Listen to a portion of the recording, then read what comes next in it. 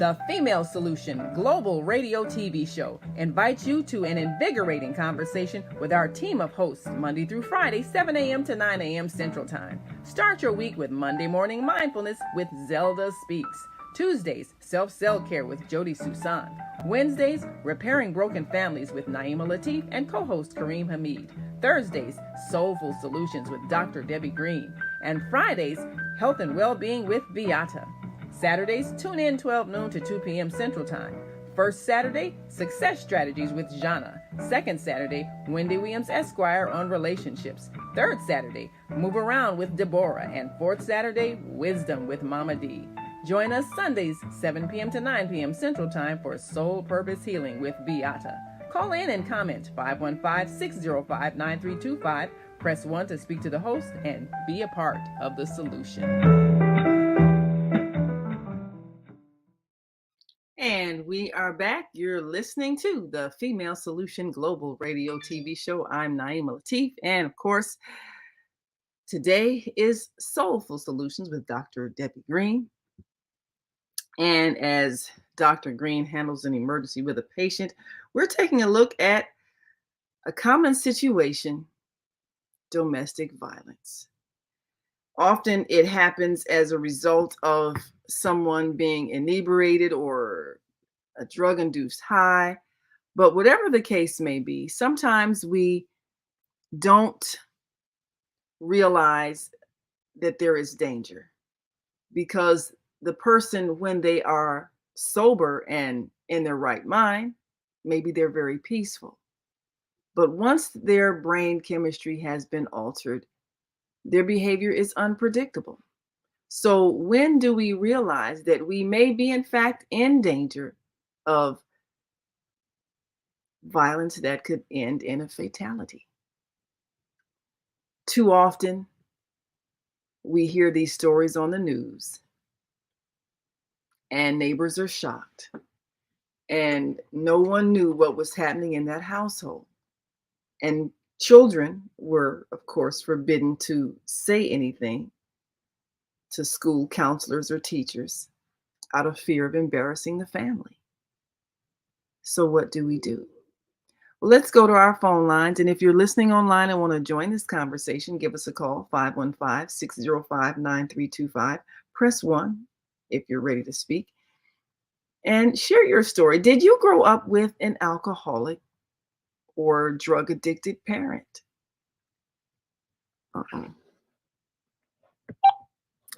And we are back. You're listening to and watching the Female Solution Global Radio TV show. For those who are listening online, we invite you to join this conversation. 515-605-9325 and press 1 when you're ready to speak. And we'll certainly come right to you and get your thoughts. And if you are watching us on the Female Solution Facebook page, we certainly do encourage you to share your story or your comments. Simply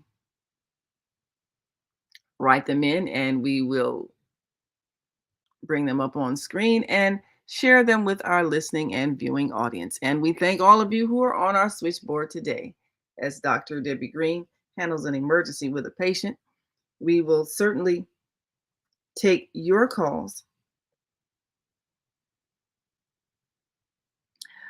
And we invite you to share your wisdom if you have handled a situation in which there was domestic violence and you had to make a decision about someone that you loved who was simply not in their right mind.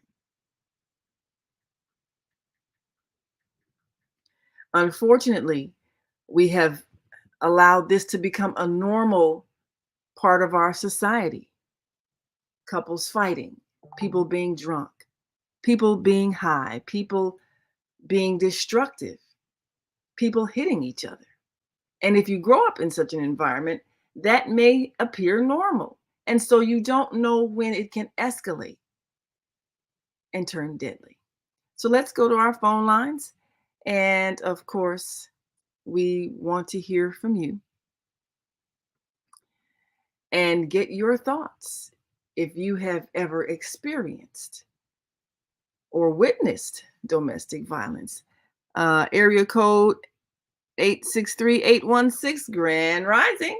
Thank you for joining us today on The Female Solution. Introduce yourself to our listening and viewing audience and give us your comments. Yeah, LA, Central Florida. I just tuned in. Or at least actually tuned in with my mind. Okay. Domestic violence. I think I stated this yesterday. I've never been in a domestic violence situation. I could have been, but I never actually was in one because I have just a personal rule. I don't do drama.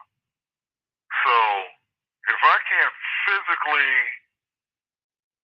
remove myself, I don't try to argue or get into a pissing contest and win an argument in the whole court. I don't do none of that. If I can't physically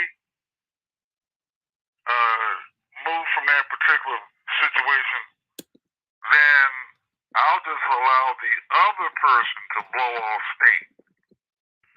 Now that strategy has worked. I've allowed let's see, as a landlord, I remember one tenant and then the woman, then her man. Oh yeah. They cussed me out in front of the whole neighborhood. I just let them vent. And then it was over with. I've been threatened, physically threatened, but once again, I don't say anything. I just stand there and let them blow off steam, and then everything's all right. I've had once again as a landlord, I had somebody that called her man to come beat me up. Ooh. But the way I handled that was I was in the house and I said, don't leave the room, because she handed me the phone to talk to her man. And she was about to leave the room. I said, no. You stay here. I want you to hear all this. So I talked to her man with her standing right there and diffused the situation. And then I gave her a ride, her kids someplace, and we were friends forever after that. Wow. But I felt I had to keep her in the room so her man would hear the whole thing. In other words, it's a self-checking situation. Mm-hmm. So, like I said, I've been fortunate, but I just don't do drama. So I land my plane here. Well, that's probably a very life-saving trait that you have. But then also, for those who don't know and have never seen you, you are a man of tall stature. So it's not likely people would pick a fight with you. Just that don't matter. Some people just like picking fights anyway. Well, yeah. That. Yeah, some people like picking fights, and then these days, you don't know what a person might be carrying on them. Right, they call that gun an equalizer, So yeah, that's true. That's true. You never know. One of the things that people don't think about as they stand around and watch a fight is what people might be carrying. And if somebody is carrying a weapon, if they're carrying arms, they're carrying a gun of some type, and in their not right mind state, they pull out a gun and start shooting. Well, if you're not rational, you're also not aiming properly because you're emotional, which means anybody standing around watching a fight could get shot, which happens. So I always tell people, especially children, who, when you grow up, a lot of times, where violence is part of the culture. After school, every day there's a fight. I know that was the way it was when I grew up. Everybody fought. I mean, it was just always fighting. That was the way of life. And I'm pretty sure a lot of these families that these children grew up in, that was the case. There was fights because there was so much violence in the children. So every day there was a fight after school, and it was like, like watching Ali Frazier or some, or Mike Tyson or some, famous boxer. Everybody gathers around in a ring watching the fight. It was a show. And back then, people were not carrying weapons. But today, doing that is very dangerous. Wanting to watch a show when somebody is first, they start arguing, then somebody throws a punch, and then next thing you know, they're fighting. Or maybe nobody throws a punch, somebody pulls out a weapon. But either way, it's not a healthy thing to sit around and watch people fighting. So when I see And that, I don't break up fights either. well, that's another thing, and that's one of the reasons. Men and women, I don't. Yeah. Between men and women, and I've seen it plenty of times. I don't get involved with. If I see a man beating up on a woman, I don't get involved primarily for the reason I've seen too many cases like that where they make up, and then whoever tried to break up the fight, they're the enemy. Right, they turn on you. Well, that's one of the reasons why police don't like dealing with domestic violence situations. Because, say a woman calls the police, my husband's beat me up. So they come and they wrestle him to the ground, they put the handcuffs on him, and she's like, no, leave him alone. Yeah, but you called us. You said we coming to help you. And now she's beating them up because they're trying to arrest her husband that she called them to come and handle. So they don't like those situations either, because it does end up turning on the person who's trying to help break up the fight or subdue the person who's being violent. So, there's so many mixed emotions that come with domestic violence. Usually, whatever has happened to cause somebody to be angry and created the violence, that there's also love there. It might be a jealousy issue or whatever the case may be, but underneath there is a loving relationship between the people who are committing violence toward one another. So unless the people who step in have some type of counseling skills, then usually it doesn't go well, because you do have the conflicting emotions. I'm angry at you. I'm afraid of you. I want them to stop you, but I love you. So, that's what keeps people in a revolving door of staying in a relationship that is harmful, because there's still the love part. But when a person, especially when they're uh, drunk or high, not in their right mind, their behavior is unpredictable. So, when people say, well, how can you stay with somebody who's hitting you? Well, the person stays for the times when they're not being hit.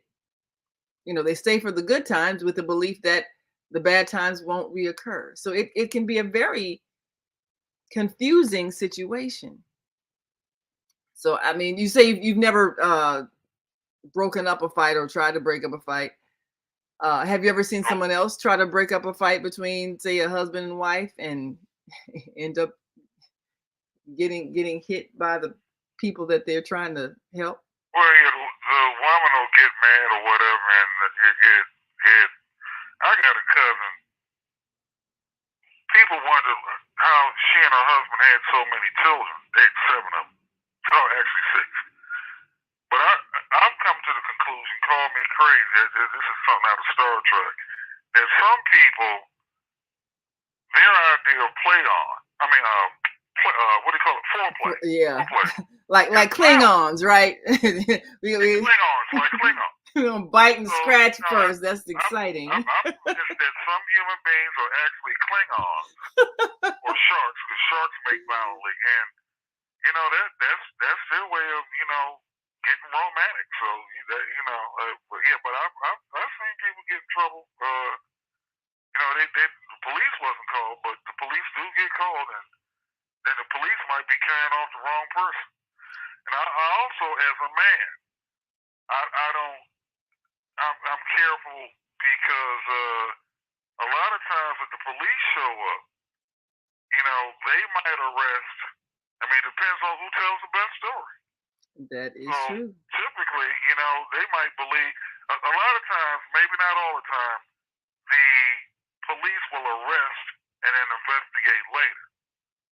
Now, I don't want to be in that situation, so I like I say, I walk away from it. Well, that's the thing. I have seen situations where the woman was the one that was violent, but the police came and arrested the man. And so that's why it's difficult if men are in a domestic violence situation and they're the one being attacked. It's difficult for them to call police and say, look, this woman has gotten out of control. She's, coming at me with a knife. She's threatening me with a gun, whatever the case may be. Usually, unless the woman's got a gun, usually if the man's just saying, well, she's hitting me, like you say, it depends on who tells the best story. Because when the police get there and the woman's saying, he attacked me, and then he gets arrested. So it really can get to be a mess. And you can't assume that it's always the male who's attacking the female, because we got some violent females. And a man may be trying to restrain himself because he knows that he could really hurt her if he hit her, or he would most likely go to jail if he hit her. But then how does he stop her from hitting him? Because women start picking up objects that could hurt you, like irons and things that could really kill you, do some real damage.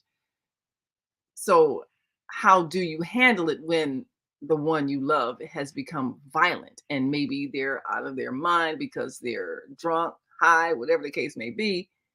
When do you know that they are dangerous enough to do real damage, even cause a fatal injury? I think you can. Well, what I've done personally is I start off in the friend zone. So in the friend zone, you can find out a whole bunch of information about past relationships. Then you can pick up on their character, their temperament, emotional temperament, and all that. So if they've had a dramatic history, then we're saying friends. I don't even want friends with benefits, just straight up platonic friends. So that strategy has worked for me for 65 years and counting so far. So that's the line I roll. Well, that sounds safe. Well, we got to take a break. And thanks so much, Ellie, for sharing your story. We appreciate you, as always, for adding to this discussion. And we'll be right back. We're going to take your next caller, 312-671, you're next. And if you're on our switchboard now and want to share your thoughts, just press 1. We'll open your mic and get your comments. Did you grow up with a parent that drank and perhaps their personality changed? Did they become violent? Did they believe in corporal punishment? And do you feel that perhaps the way you were punished was, in fact, child abuse? How has that affected you? Did you still have that anger in your own personal relationships? And did you inflict violence on your spouse? And do you trace it to a childhood of domestic violence? We'll be right back after this quick break, and we want you to stay with us.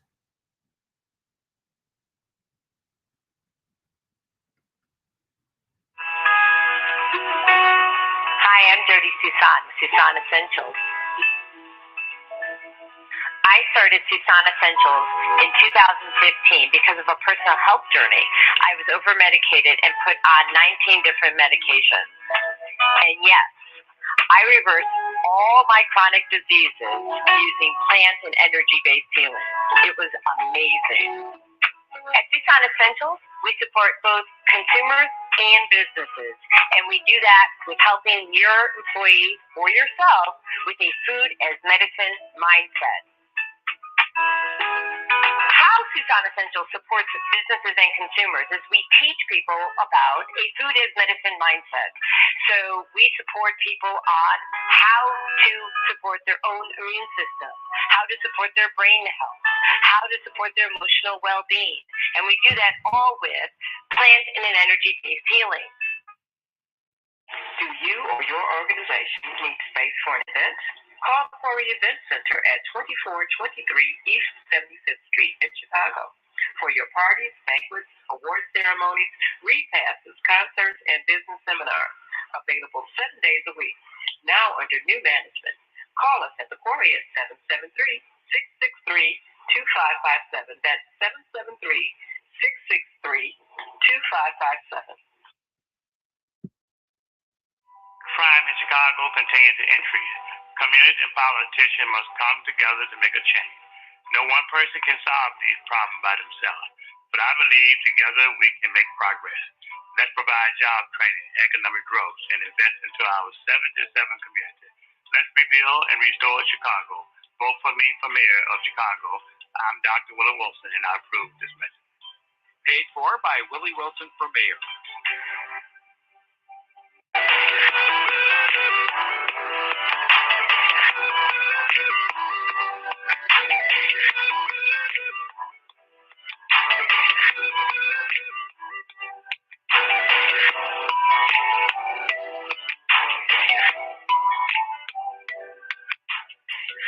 And we are back. You're listening to, and if you're joining us on Facebook, watching the Female Solution Global Radio TV show. Dr. Debbie Green, of course, is handling an emergency with a patient right now, and we are on the Female Solution Facebook page and YouTube channel if you want to join us visually. But of course, if you want to speak vocally, you need to call in 515-605-9325 and press 1. That lets us know you have something to say. We're talking about domestic violence and substance abuse. Often personalities are altered when there's alcohol involved. And people don't know alcohol is a depressant, but it does create a state of mind that removes your inhibitions, meaning that the usual controls you would have over yourself are absent. And so you say things that you would normally stop yourself from saying, and you do things that you would normally stop yourself from doing.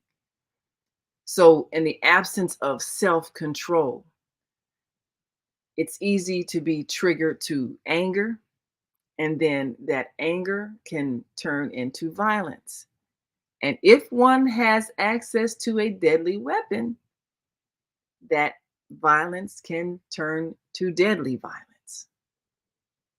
What happens when the one you love becomes one that you fear?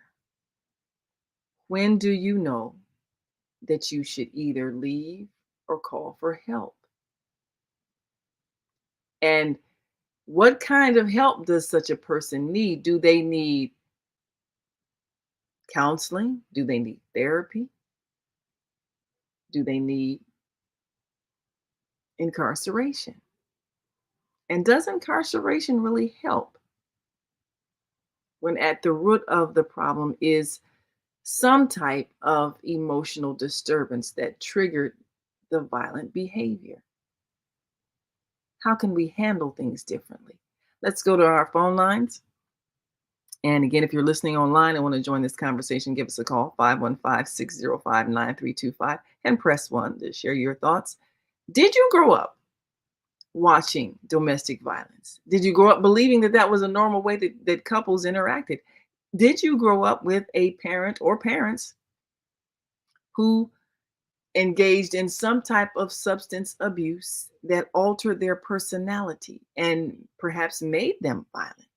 How did you handle it as a child in that environment? Let's go to area code 312671. Introduce yourself to our listening and viewing audience and give us your comments. Hallelujah. Way on ya, shalom. We don't die, we multiply. Black is beautiful, and especially with black power without the gun. This is Minister Plump, Brother Floyd Plump, from Chicago. And it's so good to be back on the Female Solution. Today is an excellent topic. And we life is like this, basically and ultimately. You're either part of the problem or you're part of the solution. So we focus on the solution. However, domestic violence is the worst violence that can happen to any individual or to any person that loves someone. Because when you really, really, really love someone, then you don't create violence on your loved one. And I've learned the best way to be happy is to make someone happy that you love.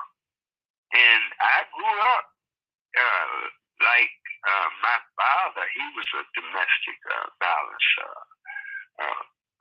abuser. You know, he beat my mother.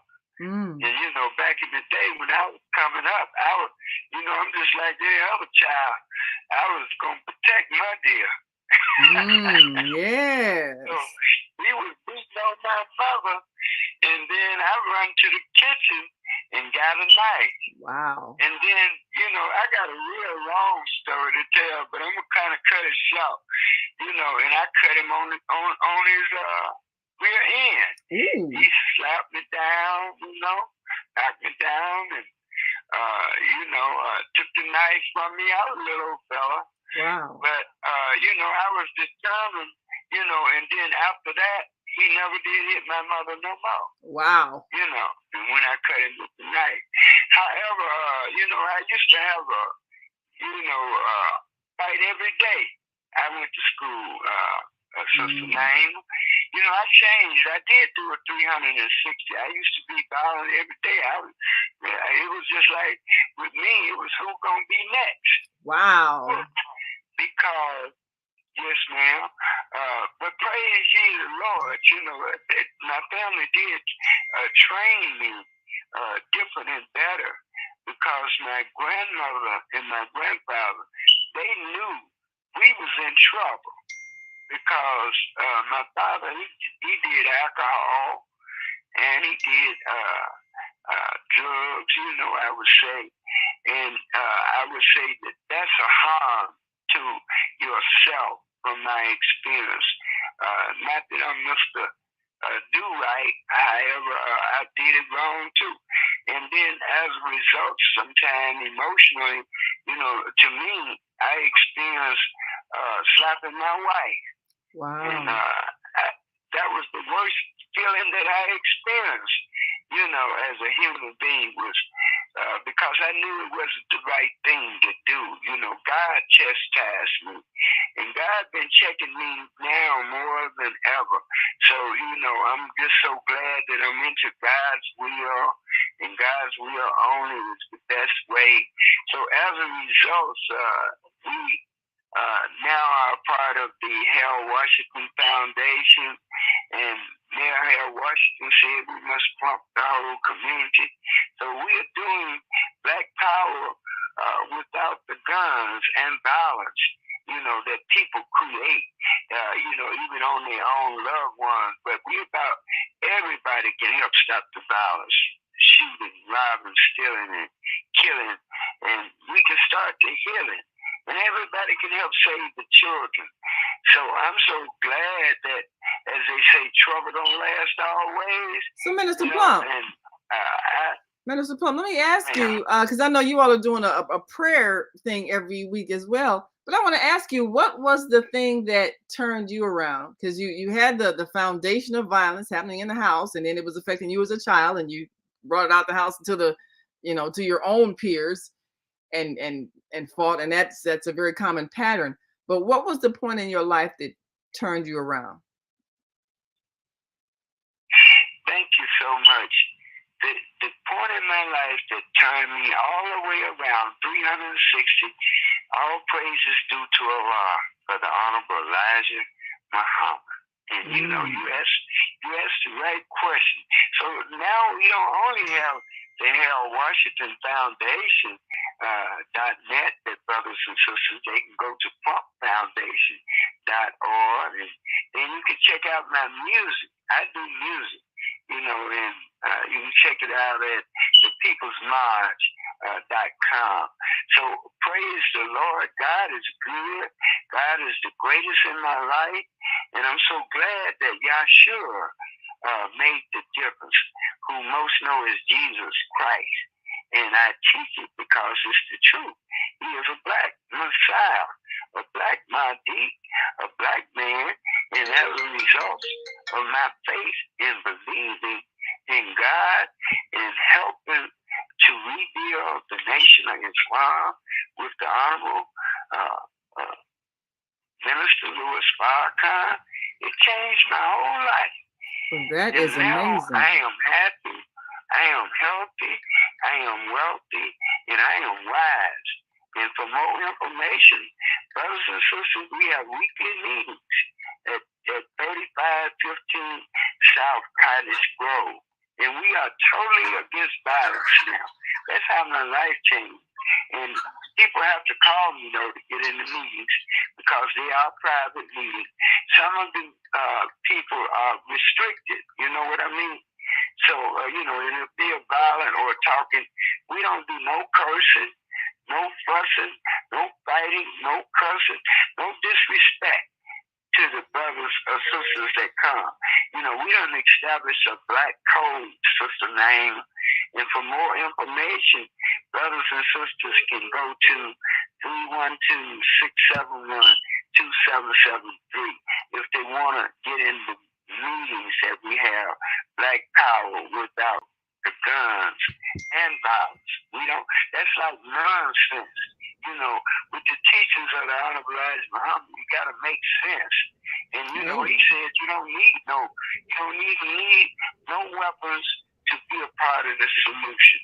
And you don't even need a knife or any kind of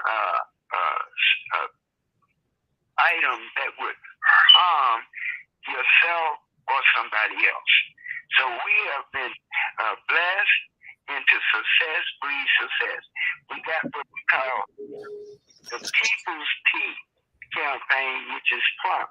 And PLUMP with the acronym is Peace, Love, Unity, Marketing, People. So, Minister Plump, I got another question for you. And I really thank you for sharing this story because this is one we had not heard. But there are a lot of people who joined the nation and they had various backgrounds. Some of them coming out of prison, some of them violent past, done things. And like all of us grew up with domestic violence, alcoholism, and all of that. What was the thing that touched your heart that made you decide you wanted to change on the inside so that you would not harm another person? What was it that was said that turned the light bulb on in your head? It's like, oh, I don't want to be like that anymore. It was a number of things, but mostly I would say the spiritual part. Okay, I went to Vietnam, right? I became a valedictorian in Vietnam. Wow. And expert in hurting people and killing people. Oh wow. I don't want to do that no more. Oh wow. Wow. It's just so hurting. So I said, I'm not going to be hurt nobody. I don't want nobody to hurt me. So I just let God take over. Excuse me, y'all. But it do hurt sometimes. You hurt somebody that you love or even don't even know. That's not right. Because in the word it says, thou should not kill. So we got to keep it real. It's so much that's going on from the past, the present, to the future. So you have to learn better, know better, and do better, and make a difference. And the best way to make a difference is be at peace with yourself and everybody else. Because, if the system don't care nothing about us, you or me or us as a people. You have to learn better to care about yourself. so you don't get in the trap. The trap would be you can go to jail for hurting someone. You can get in a mental institution because you don't control yourself. You can even go to the cemetery because you hurt your loved one and kill your loved one or somebody else you don't even know. So you have to stop that. You have to stop in the name of love. You have to stop in the name of God. And you have to stop because you discover. I discovered I'm the most important person he is living. So now I took a whole new approach. I used to fight time every day. Every day I went to school, I had to fight. I was worse than Muhammad Ali, but I think now that I'm the greatest PR person in the world for God. And it's God's will only. That's the best thing I can say. You know, do it for yourself, do it for God, and do it for your people. Because we need love. We need peace. We need some joy. We need some understanding. And the only way I can see anybody being violent is in self-defense. You know, self-preservation is the first law of nature. However, you know, it's better to be right than to be wrong. You know, and God is good. God is the greatest in my life. And I'm so happy that I can be happy and I can be healthy, I can be wealthy, and I can be wise. And I can share that because it's a gift now. Yes, I sir. realize it's a gift from God. Wow. You know, everything is from God. Everybody living. Black people, white, red, brown, and yellow, all of them living to stop the domestic violence. And we now, is what I teach with the Harold Washington Foundation, is stop the violence. Stop the killing so we can start the healing. That's what we got to do. All of those things I learned. So now I put it into my music and I focus on God 24/7. I say, if the left don't get you, the right one will. In other words, if God don't get you, the music will. If the music don't get you, then God will. I sing all of those beautiful songs that we grew up in the movement with Dr. King. Yes. I had experience with him. Yes. I had experience with Neil Washington, Reverend Jackson. Yes. I had experience with the Honorable Minister Lewis. Well, see how blessed you've been. See how blessed you've been. All the things you've been through. See how blessed you've been after going through the hell of war. And Deborah says on Facebook here, she makes a comment here that war is evil, peace is love. And so, Minister Plump, you have seen both sides. You've seen the horrors of war, been in it, and got the memories of it, but that's now the driving force where now you're working for peace. So that is a beautiful revelation. And we thank you so much for sharing your story, because there's a lot of veterans out there that are in pain just like you, and they're trying to figure out, how can I make up for what I've done? And that's why a lot of them drink. That's why a lot of them become violent. That's why we're saying, when we see domestic violence, is the real response to criminalize people. What they really need, like you said, is healing. They're in pain. And so we got to deal with the pain and the source of the pain. And you really opened some eyes today. So we thank you so much. Thank you so much for sharing your story. Sister Naima? Yes, sir. Let me say one more thing, Sister Naima. Yes, sir. See, a lot of people, the female solution is really the real solution for all of us here in this world, which is also healing equals to 23. But most people don't know that. I teach that too. And that is 23 team or team 23. Together, everyone achieves more. Yeah, together, everyone achieves much. Together, everyone achieves money. Together, everyone achieves millions. Together, everyone achieves miracles, and Yeah, all that is a miracles spiritual come principle. from God. Yes, God sir. done blessed everybody Yes, here sir. on this earth. But that is Black, true. white, red, brown, and yellow. That And is they should true. be thankful. I'm the happiest man in the earth living. But Even though that's a blessing. That is such a blessing to see yourself have evolved. That is such a blessing. Well, thank you, Minister Plump. We always enjoy your sharing what you do. And we've been joined by Viata here on our Facebook Live page on StreamYard. And of course, you can watch us on YouTube or Facebook. Just go to The Female Solution.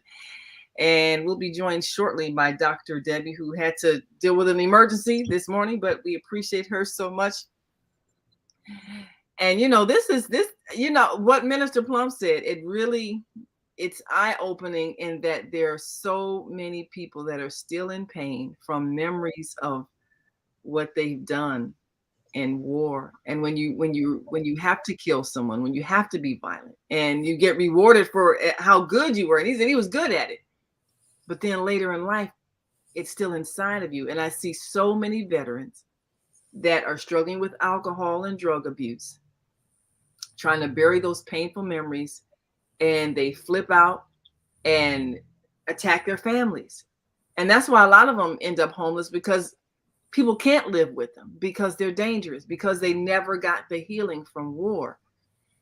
So Viata,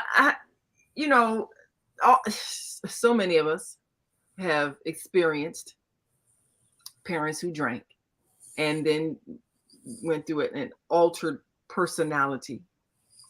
How does a child deal with that? What are some of the things that goes through the mind of a child when they feel the helplessness of their parent, going from that Dr. Jekyll to Mr. Hyde person? How does a child deal with that? Or can you? Well, for me, my mother was an alcoholic from the time I was born, I believe, because from a very, very young age, I remember her drinking a lot of alcohol. And first emotion that I have had to deal with is sadness. I had a lot of sadness in my adult life that I was triggered with sadness about other people's alcoholism. And that went back to my mother, because being a young child and then a young teenager, observing my mother drinking beer all the time and not able to give me any nurturing and care as her child and her children. She managed to cook meals. And I remember a memory that was so clear, that my mother used to cook chitlins. She used to clean chitlins. Yeah, I remember that. And she would be sitting at the sink drunk. I mean, have a beer. I don't know if a beer was there or not, but she would be drunk cleaning them chitlins. It was like she was so programmed to be a wife, no matter what her state of mind or health was. She was cleaning them chitlins faithfully. Wow. And she did that all the time. She didn't miss caring for us in the way of preparing meals for us. And she would be just drunk doing it. So the sadness is what I've had to overcome as an adult, of that memory. And my behavior was, I can fix this. I would be pouring her alcohol down the sink. I would take her alcohol and pour it down the sink. And I don't even remember her getting really upset about that. She would just go buy more. Yeah, that's the thing. You think you get rid of it, but they just go buy some more, so that doesn't work. But my idea as a young child was to try and save her, because at some point she started going in the hospital. Her eyes got really yellow. So her liver was affected. Yeah. Her liver was affected by it. And so she spent a few trips in the hospital because of condition of her liver. And then the doctors told her one time, if you drink anymore, you're going to die. And she stopped. She would stop for a while, and then some tragedy or something would happen that she would start drinking again. So I had a few peaceful, sober years with my mother before she passed with liver cancer. And it was beautiful to see her be sober and feel the love energy and the mind, the balance of mind, because I think alcoholics are destroying their brain. Oh yeah. Yeah. And they don't even, they're so caught up in the pain. I see now that alcoholics are using that substance to numb the pain. That's it. And we know that's coming from a trauma in their childhood, more than likely, that that they haven't been able to manage all their life. And that's why I'm doing again emotional intelligence part 2 tomorrow, where 2 of the people I'm going to talk about committed suicide. Oh, wow. So I'm going to talk about the consequences of not having emotional intelligence and how these 2 souls left this earth because they couldn't manage the emotions that they had, whether it's depression. I think usually depression is a major emotion that triggers people into pain and using alcohol or drugs of some kind to numb that pain. So it's important to me. That's why it's important that we manage our emotions and recognize those emotions that are at a low frequency, because we're all energy, right? And when we keep sadness kept coming up with me. And then I was drinking wine a lot of my life. My young life, wine was my go-to, and marijuana. And I tried a little cocaine and freebase. I tried it all because the emotions that got triggered in me, I didn't know how to handle. So society offers lots of commercials to tell you it's okay to have a drink. Yeah. Well, in fact, what blew my mind when my mother was on her deathbed, I was sitting in the bed with her reading the Bible to her, and so we had a conversation. I said, "Mom, did you ever think about all the alcohol that you drink?" Or I said, "Well, what did you think about all the alcohol that you drink?" And she looked at me and said, "Oh, everybody has a little drink now and then." And I like almost fell off the bed. It's like after years, and I was probably in my 50s. Oh, wow. So she never saw herself as a problem drinker or an alcoholic. Just that's the way of life. And I think that's what it is with a lot of people, that especially if they grew up with parents who drank in a society where everybody drank, no one looked at it as a problem. They looked at it as just part of the culture. And in order for a person to not repeat that, they have to really consciously realize that that is dysfunctional behavior.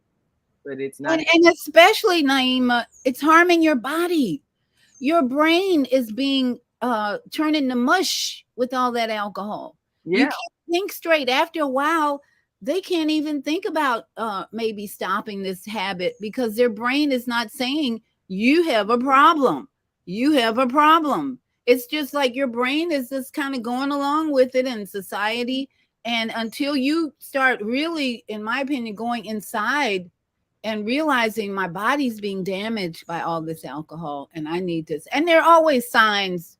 Your body gives you signs that you're in serious red zone mode with this alcohol, and they get ignored.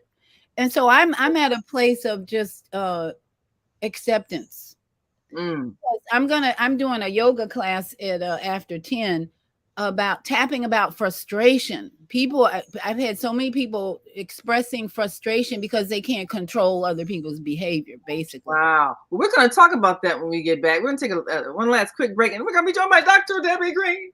And we've got a caller on the line, and his press 1, oh, 2 that pressed 1.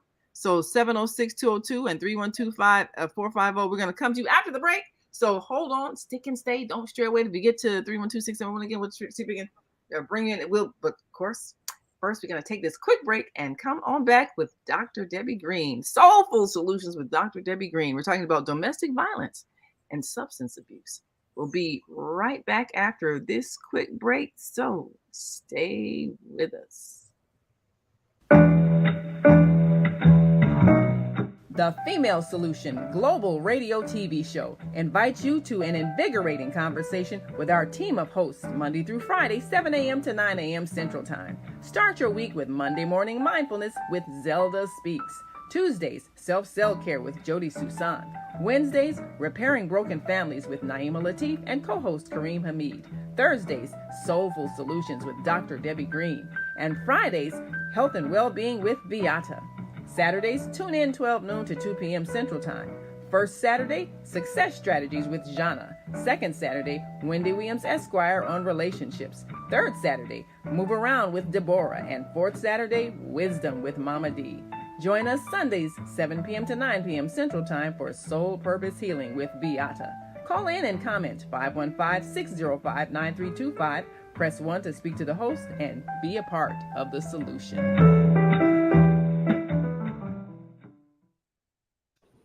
Higher than ever. Every day, thousands of our residents leave Chicago to shop in Indiana. Jobs are being lost, and businesses are relocated. Let's find a way to lower our taxes to encourage residents to continue living and shopping in our city. Let's rebuild. Let's restore Chicago.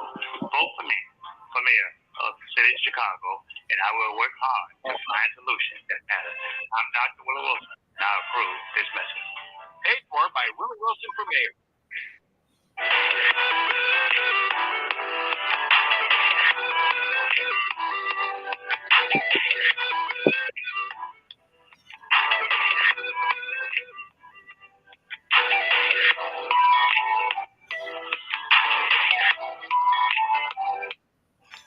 And we are back, and we are joined by the beautiful Dr. Debbie.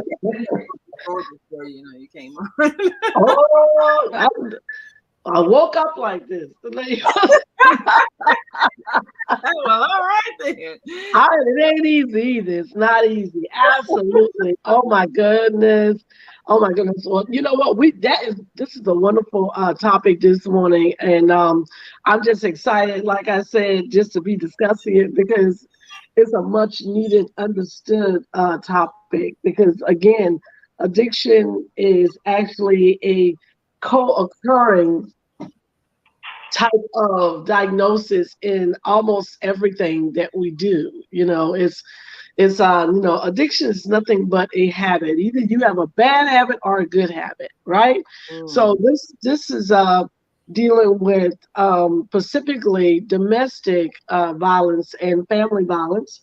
The thing about this is when we actually create is something that's created. Remember, addictions are only compensations for something that you do not have.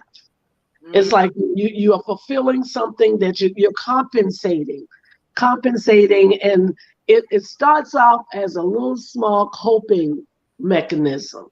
I'm having a bad day, let me take a drink, right?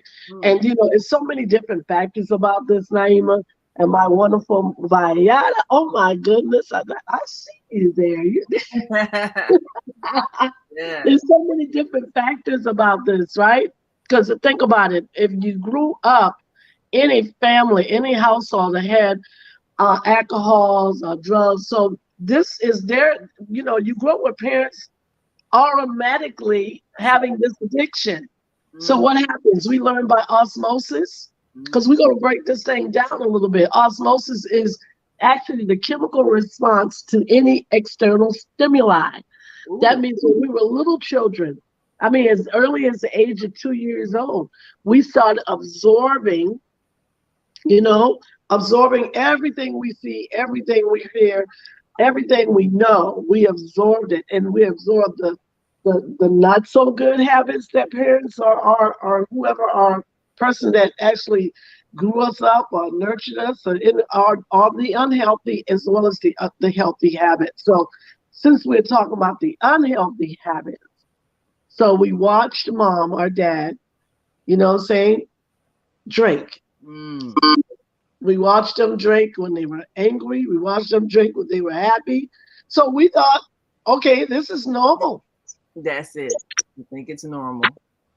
It's normal, but you know what it does? It prevents us from, not say us, which means people that have a low will tolerance. If you have a low will tolerance, you got to be really careful about substances, because what happens is you build a habit extremely quicker than a person that has a high will tolerance. Some people can drink and don't change their demeanor. at all. You know what I'm saying? But some people will drink maybe 1, 2, maybe even 3, and everything starts to change in that person. Yeah. You know, they change and they become whatever it is. One thing about alcohol or drugs, it's going to bring out the worst of you. Yes. Whatever the worst is inside of you, it's going to bring out the worst in you. It's not going to make you say drunk. You used to hear the old people say, right? Like drunk men don't lie. Okay, they have to tell the truth. It's you know, it's one of those sermons. It's a truth sermon, right? But it's also liquid courage. You know what I'm saying? Because whatever's deep down inside of you that you've been holding on to, it's going to come out. It's the same thing with meth. It's the same thing with crack cocaine, alcohol. All of them are the same thing because substance brings out the worst in a person, right? You know, Dr. Debbie, when I wrote a book with my dad about his family, his mother, back in the 1920s, late 20s, my dad shared with me how his mother and her friends would drink alcohol in New Orleans, Louisiana, every weekend with the Victrola, that record player going, and he had to always go get it fixed because it would get broken when they were drunk. Somebody would play that Victrola and but that was in the late 1920s. Alcohol was influencing Black people in a big way. So it's almost like as your Naima's book about Black slavery, the trauma that we went through. They used alcohol, and alcohol was sold and available to them, right, to numb the pain and the emotions of being a slave or in that mentality. Back in the 20s, all the way in the 20s, we've had this alcohol poisoning our community. Absolutely. And again, now we can't blame the substance. The only thing we can do is blame the person that actually allowed the substance to become a habitual, lifestyle. So Dr. Debbie, before I take a call to Dr. Debbie, I got a question because a lot of domestic violence situations happen as a result of somebody abusing a substance, often alcohol. Right. Okay, so the person gets drunk, they get violent, the police are called, they go to jail. But that doesn't seem like that really helps. Do you think there needs to be a different approach in terms of healing the hurt that's within them that causes them to turn to the substance to numb the pain? Should we take them away to some place where they can get counseling as opposed to taking them away, locking them up in a cell, and they sleep it off and they come back home and maybe they're sorry or whatever, but the pattern continues because the hurt is still there and they're still using the alcohol or whatever drug they're using as a coping mechanism. So should, in your opinion, should counseling be mandatory when people are in those situations as opposed to just being behind bars and being criminalized? Absolutely. I think, of course, the system fails us, as a humanity in the community. I believe, because think about this now. Substance abuse starts as early as 8 years old. You have, I know for sure, okay, we've had substance abuse to the point where can you imagine a 12-year-old child doing meth or heroin? Ooh. It's a reality, right? So now we're thinking about adults, but you're right. I think there should be reform. I believe that if we had systems that were set up to actually cure the issue at hand instead of just putting them away like they're like, oh, this is a bad human. This human is too negative to be in society. It's broken. It's dysfunctional. So let's just lock it up. You know what I mean? Not realizing what has happened. And not only that, Naima, that person got someone attached to them. If somebody else in their family got that same type of lifestyle, that same type of issue, and it's just going on and on and on and on. Yeah. So again, the system fails us. We don't have a prevention or even an interprevention way of systematically curing the issue. No, it's just what it is. So we take that thing and we put it with suicidal thoughts. And then it goes in from suicidal thoughts to homicidal thoughts. Now we got what is called what? Murdercide. Oh, murdercide. Wow, we got Oh, names. that's a Dr. Debbie's word. They haven't invented that word yet. It'll be in the dictionary tomorrow. Somebody, You know what I'm saying? Murdercide. That's what it is. Something is causing, and there's so many different factors. So it's so many different factors. I mean, it's when I tell you it's overwhelming that the system is not doing anything about it. Not the county, the state, not the government, not the church, not the school. No system, nothing. No one wants to touch it. It's toxic though. So guess what it does? It keeps going on and on and on and on and on, right? And here we go.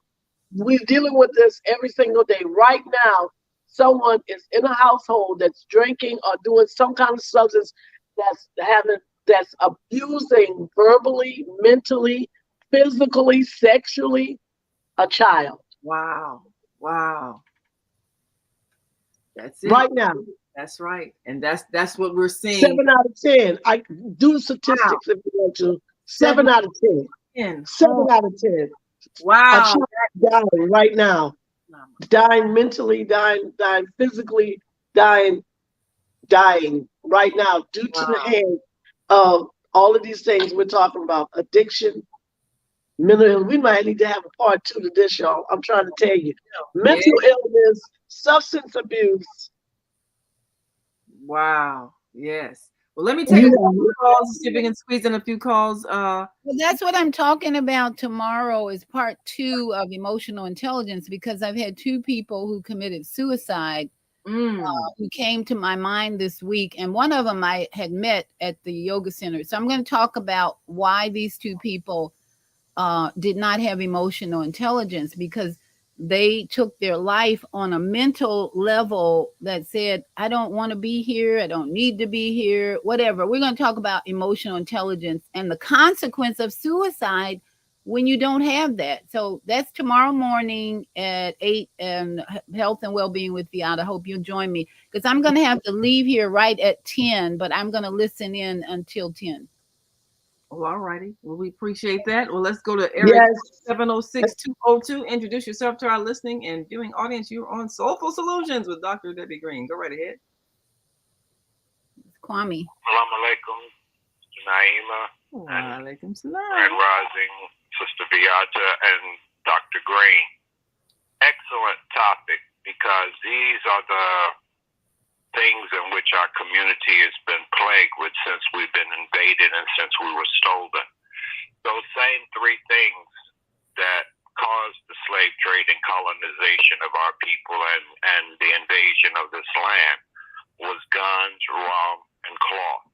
And we're looking at utilizing those words because KRS-One uses guns as God, universe, and nature. We have to reconnect to that, to our Creator, to our universe, and to nature. And because the rum is a spirit, and the indigenous people call it the mind changer, because it changed the mind of the warriors.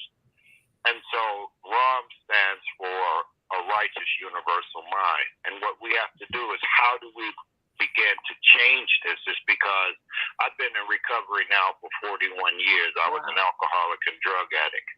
And the thing that helped me to recover was that I had to find a higher power, which is what I call my Creator, and began to see that I was killing me because my father and all of his brothers, and I came from a dysfunctional household, and seeing the domestic violence and seeing the partying and the Saturday night fish fries and all of that type of environment, because environment affects our addiction. The more Monte talks about that. And so we have to begin to look at these ways in which they put us into this colonized mind. We have to decolonize it, because she said murdercide, and Dr. Bobby E. Wright, right there in Chicago, coined the phrase menticide. Yeah. All of this is a genocidal process, and what we have to look at is epistemicide. Epistemicide is to take away the person's knowledge and take them away from the land and their culture. And we're looking at this plague that now we thought COVID, but this is even worse than COVID because we have taken the people from generation to generation, and it's what is called epigenetics. You create a pattern in your genes of addiction or susceptibility to addiction by creating people and disconnecting from a natural way of feeling affection, feeling loved, feeling pain, and you give them substance to substitute for what your body naturally has its own ability to cope with. And so what we're seeing is by design. We've been colonized, and now we have to look at how do we decolonize, because we were herded into urban areas. We were made and forced to work on the land, which we should be loving nature, but we were forced to grow crops and be slaves and do the things that happen on this land. So we're now in a challenge to do mind changing, because we have to change the mind of the person. And the first place of the mind is the brain and the heart.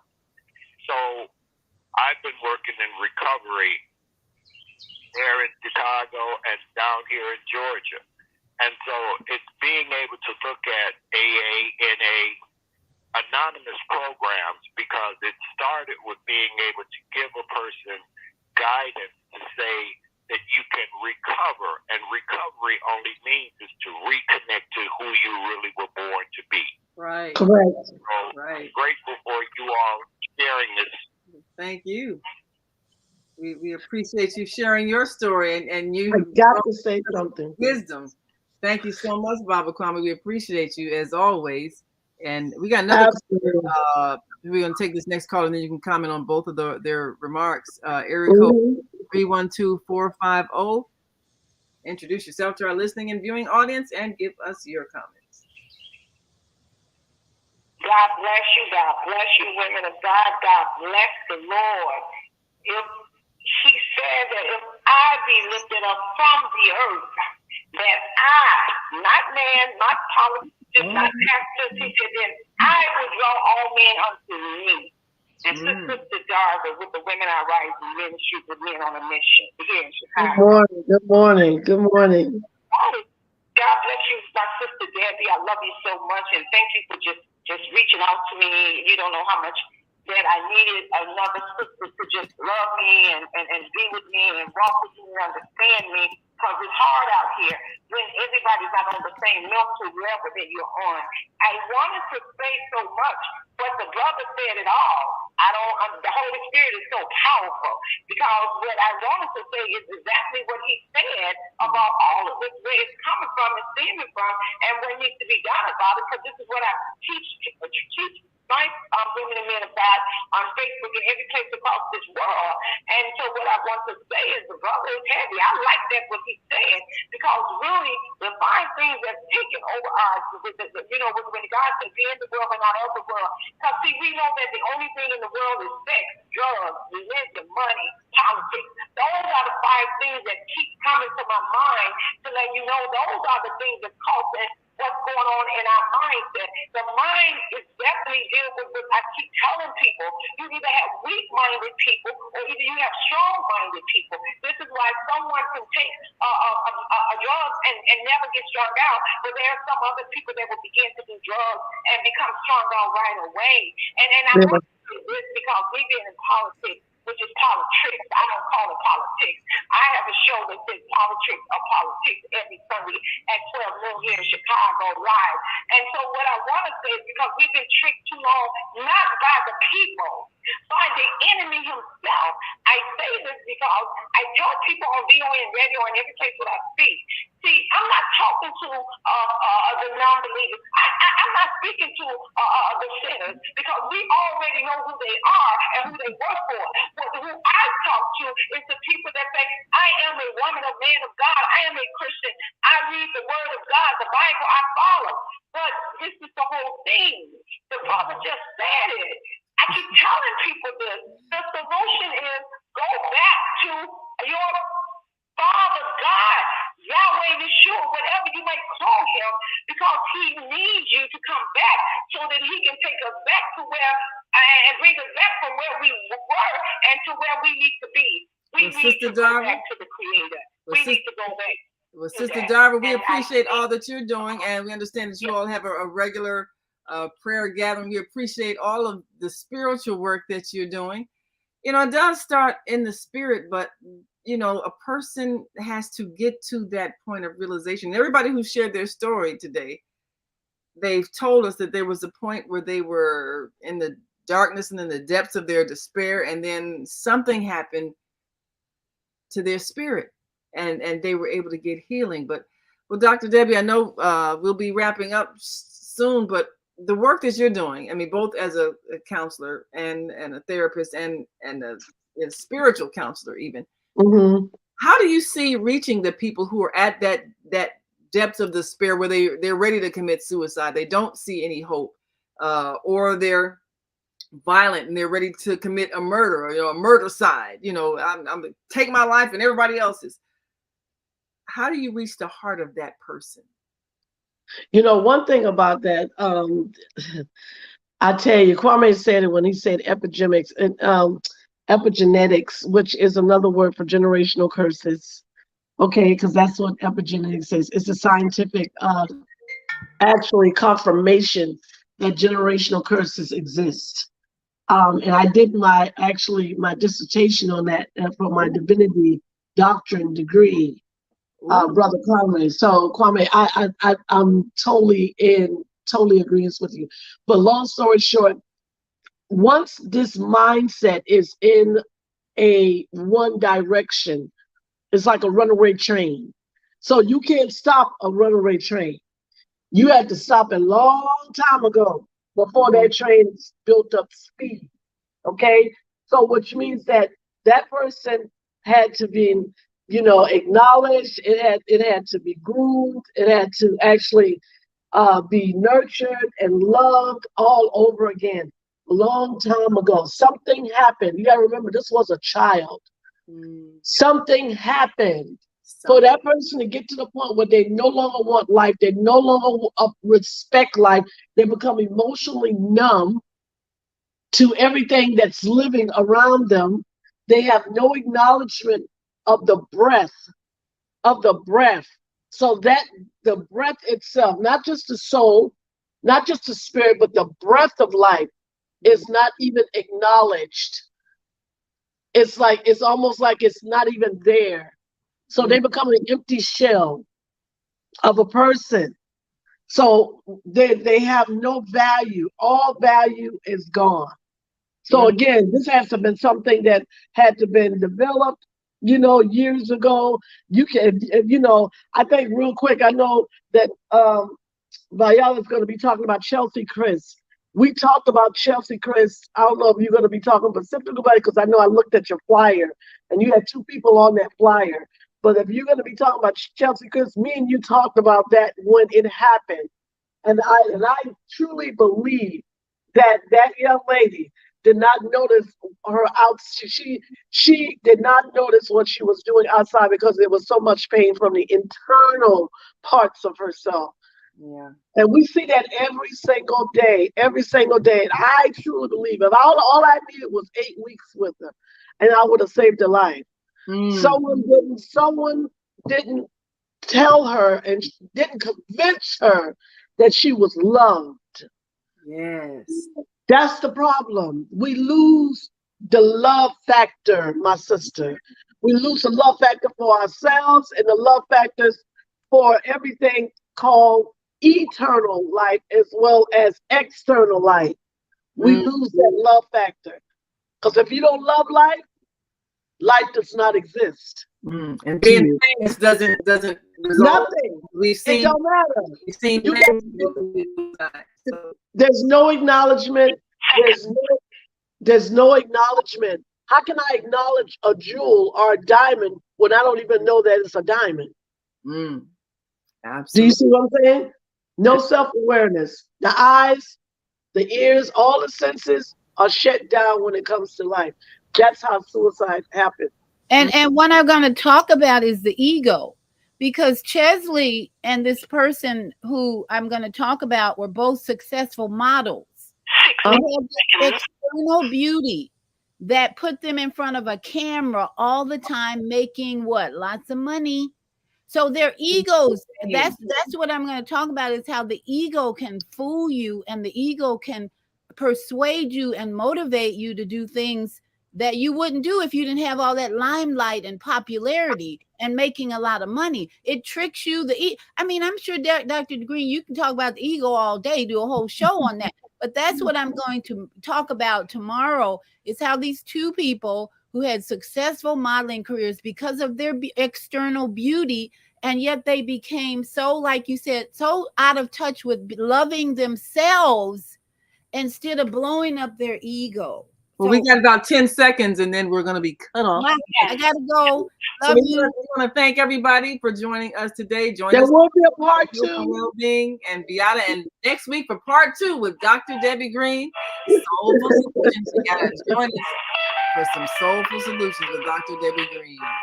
We'll see you next week. Oh, my goodness. You can hear every show in the archives at www.blogtalkradio.com/the-female-solution. You can also hear today's show on the Female Solution Facebook page. This was a day to reveal some things I didn't know. Absolutely. Are we still on Facebook? Are we on Facebook? At www.naimalatif.com. That's just join us tomorrow for Soulful Solutions for health and well-being with Beata, and next Thursday for Soulful Solutions with Dr. Debbie Green. Get your copy of the book.